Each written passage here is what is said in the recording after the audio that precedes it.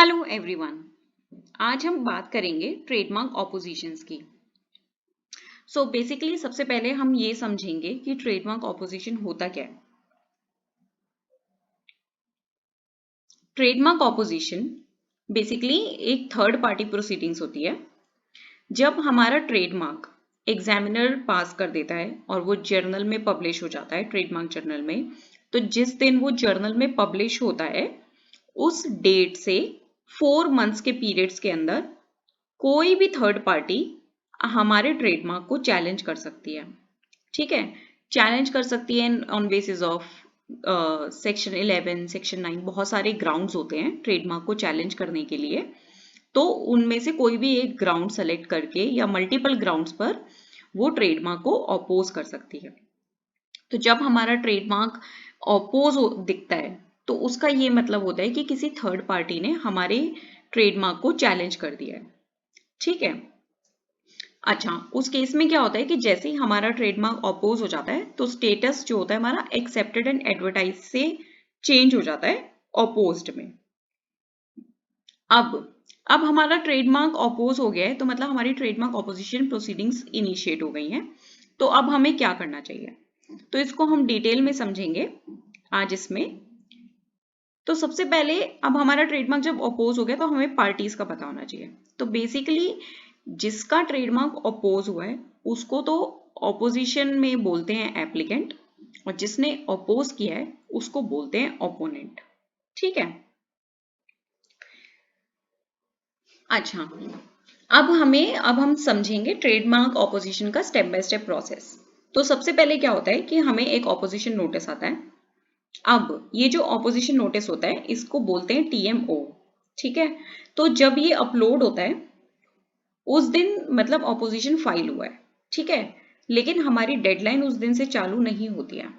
हमारी डेडलाइन उस दिन से चालू होती है जिस दिन एक्चुअल में हमें जो भी हमारी ईमेल आईडी होती है एप्लीकेशन में, जो हमने फाइलिंग के टाइम पे दी होती है, चाहे वो आपकी ईमेल आईडी हो या आपके अटर्नी की ईमेल आईडी हो, उस ईमेल पे हमें ऑपोजिशन सर्व होता है। तो जिस दिन हमें सर्व होता है उस डेट से 2 महीने के अंदर अंदर हमें उसका रिप्लाई फाइल करना होता है। ठीक है, उसके बाद ये जो रिप्लाई होता है इसको हम बोलते हैं काउंटर स्टेटमेंट। ठीक है, उसका फॉर्म भी टीएमओ होता है बट हेडिंग चेंज हो जाती है, काउंटर स्टेटमेंट होता है वो।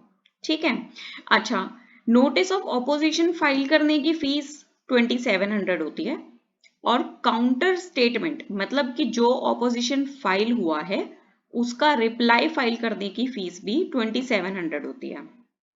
ठीक है, और इसमें ड्राफ्टिंग फीस अलग होती है जो भी प्रोफेशनल फीस होती है। और ये जो 2 महीने की डेडलाइन है वो आपकी चालू होती है जब आपको मेल पर जो भी आपने ईमेल आईडी लिखी थी उस पर आपको रिसीव हुआ है ऑपोजिशन। ठीक है, उस डेट से 2 महीने के अंदर रिप्लाई फाइल करना होता है। अच्छा, अब ये जो काउंटर स्टेटमेंट है, हमने जो भी रिप्लाई फाइल किया है, हमारा ये रिप्लाई जिसने हमारे जिस पार्टी थर्ड पार्टी ने हमारा ऑपोजिशन में डाला है मार्क, और जो ओपोनेंट है बेसिकली उसको हमारा रिप्लाई सेम मैनर में रजिस्ट्रार मेल पे फॉरवर्ड करते हैं जो उसकी ईमेल आईडी होती है। तो उसके जो हमारा रिप्लाई ओपोनेंट की ईमेल पे जाता है उस दिन से उसको 2 महीने मिलते हैं एविडेंस फाइल करने के लिए। ठीक है, तो जब ये ऑपोजिशन की फर्स्ट स्टेज क्लियर हो जाती है उसके बाद हम रीच करते हैं एविडेंस स्टेज पे। अब एविडेंस स्टेज पे 3 रूल फॉलो होते हैं। पहला होता है रूल 45, मतलब जिसने हमारा अपोज किया हमने उसको जो रिप्लाई दे दिया उस रिप्लाई को, अब वो उसने जो ऑपोजिशन हमारे अगेंस्ट फाइल किया था उस ऑपोजिशन में उसने जितने भी पॉइंट्स लिखे थे उन सबको वो एविडेंस देगा। ठीक है, एविडेंस देगा इन द सेंस कि मतलब जैसे उसने बोला कि उसकी मार्क बहुत वेल नोन है या उसका प्रायर यूज है तो इनवॉइसेस देगा। जो भी एविडेंस उसके रिप्लाई जो उसने ऑपोजिशन फाइल किया था उसमें हर एक पॉइंट से मैच करते हुए एविडेंस देगा। ये जो एविडेंस दिए जाते हैं ओपोनेंट की तरफ से ये रूल 45 में फाइल होते हैं। अच्छा, इसमें इसको एविडेंस की स्ट्रिक्ट डेडलाइन होती है कि विद इन 2 मंथ्स ही हमें फाइलिंग करनी होती है। अगर ओपोनेंट ने ये फाइलिंग नहीं की विद इन 2 months, तो ऑपोजिशन जो है वो आगे चल के कंटिन्यू नहीं होगा और प्रोसीजरल ग्राउंड पे ही रिजेक्ट हो जाएगा। ठीक है, कोरोना की डेडलाइन इसमें एक्सेप्शन है, but basic rule of law में 2 months का टाइम होता है जब काउंटर स्टेटमेंट सर्व हो जाता है, उससे 2 महीने। ठीक है, अच्छा, ये मैंडेटरी होता है फाइल करना एविडेंस 45 के अंदर। तो अगर वो नहीं फाइल करता है तो आप बाय डिफॉल्ट केस जीत जाओगे, और अगर वो फाइल करता है तो वो जो एविडेंस है वो जिस दिन हमें सर्व हुआ है, चाहे मेल पर या फिजिकल कॉपी, हमें उस एविडेंस के अगेंस्ट अब रिप्लाई करना होता है अंडर रूल 46। ठीक है, ये भी मैंडेटरी है, अब हमारे ऊपर आ गया है। अब लेकिन इसमें हमारी चॉइस है कि हम अपने काउंटर स्टेटमेंट को ही मतलब पे बेस करके अपना एक लेटर भी फाइल कर सकते हैं, या हम अपने एविडेंस दे सकते हैं सारे जो हमारे काउंटर आर्ग्यूमेंट्स थे काउंटर स्टेटमेंट में, उन सबको सपोर्ट करते हुए। जैसे कि सपोज करो अगर हमने काउंटर स्टेटमेंट में बोला कि उसका जो ट्रेडमार्क है वो खुद ही वैलिड नहीं है, रिन्यूड नहीं है, या हमारा नाम डिफरेंट है, एग्जाम्पल्स केसेस जो भी हमने दिए वो हम एविडेंस में लगाते हैं। ये रूल 46 में जो एविडेंस की फाइलिंग होती है ना, ये भी मैंडेटरी होती है, तो इसको हम भी स्किप नहीं कर सकते। अगर हमने स्किप कर दिया तो हम लूज कर जाएंगे केस। ठीक है, उसके बाद एक लास्ट होती है filing of evidence in reply under rule 47, जो कि ओपोनेंट को फाइल करना होता है। अच्छा, ये जरूरी नहीं है फाइल करना, उसकी इसका मतलब उसको रिबटल करना है तो वो करेगा, लेकिन ये मैंडेटरी स्टेज नहीं है। तो एविडेंस की जो स्टेजेस 2 मैंडेटरी है वो है रूल 45 और रूल 46। इन दोनों में हमने जो जो अपनी बातें कही होती हैं ऑपोजिशन में और काउंटर स्टेटमेंट में, उसको हमें एविडेंस देके सब्सटेंशिएट करना होता है। अब इसमें क्या होता है कि कई लोग बहुत बड़ी एक मिस्टेक करते हैं कि वो रिप्लाई तो अपलोड कर देते हैं एविडेंस पे, बट ये नहीं देखते कि उसकी सर्विस भी इक्वली इंपॉर्टेंट है। ठीक है, सर्विस से यहाँ मतलब होता है हमारा कि जैसे कि हमने एक एविडेंस बनाया, पहला तो एविडेंस जो है वो 100 रुपीज के स्टैम्प पेपर पे होना चाहिए और उसकी नोटराइज्ड कॉपी होनी चाहिए, वो मैंडेटरी है। आप सिर्फ कुछ भी लिख के नहीं फाइल कर सकते, आपका एविडेंस जो है वो सपोर्टेड होना चाहिए with stamp paper and notary, first point. दूसरा, आप जो भी एविडेंस फाइल कर रहे हो वो आपका ओरिजिनल कॉपी रजिस्ट्री में जाना चाहिए, और जो उसकी कॉपी है फोटो कॉपी या डुप्लीकेट कॉपी, वो एप्लीकेंट या ओपोनेंट जिस पे भी रेलेवेंट एविडेंस भेजना है उसके एड्रेस पे जाना चाहिए या उसके अटर्नी के एड्रेस पे जाना चाहिए। प्रॉपर सर्विस एविडेंस की बहुत इंपॉर्टेंट है। अगर आप नहीं करते हो प्रॉपर सर्विस, आप प्रोसीजर ग्राउंड पे ही केस लूज कर जाओगे। तो काफी जो कंपनीज होती हैं वो इस चीज पे ध्यान नहीं देती, लेकिन ये बहुत इंपॉर्टेंट एस्पेक्ट है कि आपके आर्ग्यूमेंट्स चाहे कितने भी अच्छे हों, वो तो एक इंपॉर्टेंट पार्ट है ही, लेकिन अगर आपने प्रोसीजर नहीं फॉलो किया तो उस पर बहुत सारे ऑपोजिशन रिजेक्ट हो जाते हैं।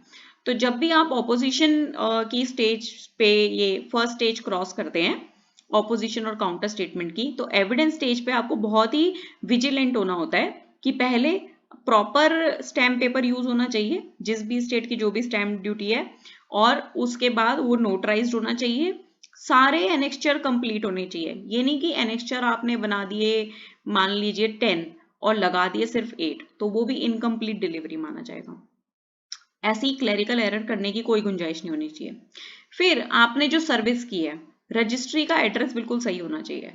जैसे कि सपोज करें ऑपोजिशन की रजिस्ट्री है दिल्ली में, ठीक है, आपने कोलकाता भेज दिया या कहीं भेज दिया, तो वो प्रॉपर सर्विस नहीं मानी जाएगी। प्रॉपर सर्विस आपको एड्रेस आपको देखना चाहिए और वहीं सर्विस करना चाहिए।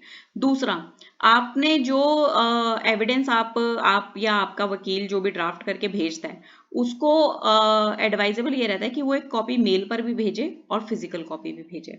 ठीक है, मेल पर जो अगर वो भेज रहा है तो उसका फाइल साइज इस तरीके से होना चाहिए कि वो ओपन होना चाहिए। ठीक है, और उसका जो लिंक है, अगर एनेक्स्चर गूगल लिंक में बन जाते हैं तो उसका वो लिंक ऑपरेशनल होना चाहिए, सामने वाले के पास परमिशन होनी चाहिए। ये छोटी छोटी बातें बहुत इंपॉर्टेंट है क्योंकि आपको करेक्ट प्रोसेस जो है फॉलो करना होता है, क्योंकि अगर इसमें से एक भी चीज आपकी नहीं फॉलो होती है तो आप प्रोसीजर ग्राउंड पे केस हार जाते हैं। ठीक है, क्योंकि वो माना जाता है कि इनकम्प्लीट डिलीवरी है। दूसरा, अगर आपने ऑपोजिशन डिस्पैच किया है, आपको हमेशा उसकी रेसिप्ट संभाल के रखनी चाहिए और उसकी डिलीवरी रिपोर्ट 1 हफ्ते के अंदर डाउनलोड कर लें कि ये एड्रेस पे हमने ऑपोजिशन भेज दिया था और ये हमारी सर्विस रिपोर्ट है। तो इसमें काफी सारी माइनर चीजें होती हैं, लेकिन वो बहुत मेजर कॉन्सिक्वेंस की होती हैं। अगर आपने इन चीजों का ध्यान नहीं रखा कि स्टैम्प पेपर कितने का है, नोटराइज्ड है या नहीं है, एनेक्स्चर्स पूरे हैं या नहीं है, सर्विस रजिस्ट्री में की है या नहीं, ओपोनेंट के वकील को की है या एप्लीकेंट को की है, या एप्लीकेंट ने ओपोनेंट को सही डिलीवरी की है या नहीं, एनेक्स्चर्स पूरे मार्क्ड हैं या नहीं, अगर ये सब चीजों में से कुछ भी मिसिंग है, आप प्रोसीजरल ग्राउंड पे ही केस हार सकते हैं। तो अगर आप पैसे लगाते हैं, सब कुछ करते हैं, तो आपको ये बहुत ध्यान देना चाहिए कि आपका जो वकील है वो प्रोसीजर अच्छे से फॉलो करे और ये सारी चीजें मेंटेन करे, क्योंकि जब ऑपोजिशन प्रोसीडिंग्स क्लोज होती हैं तो काफी टाइम तक हियरिंग नहीं आती। लेकिन हमें हमारे पास सारे प्रूफ्स होने चाहिए इन सब चीजों पे, कि हमें मौका नहीं देना कि ओपोनेंट या एप्लीकेंट कहीं पर भी इन चीजों को लेके आर्ग्यू करे, क्योंकि आपका फिर जो केस है वो आर्ग्यूमेंट पे तो पहुंचेगा ही नहीं, प्रोसीजर ग्राउंड पे ही पहले खत्म हो जाएगा।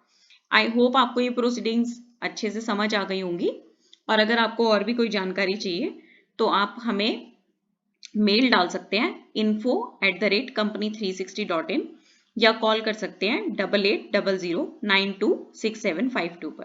Thank you.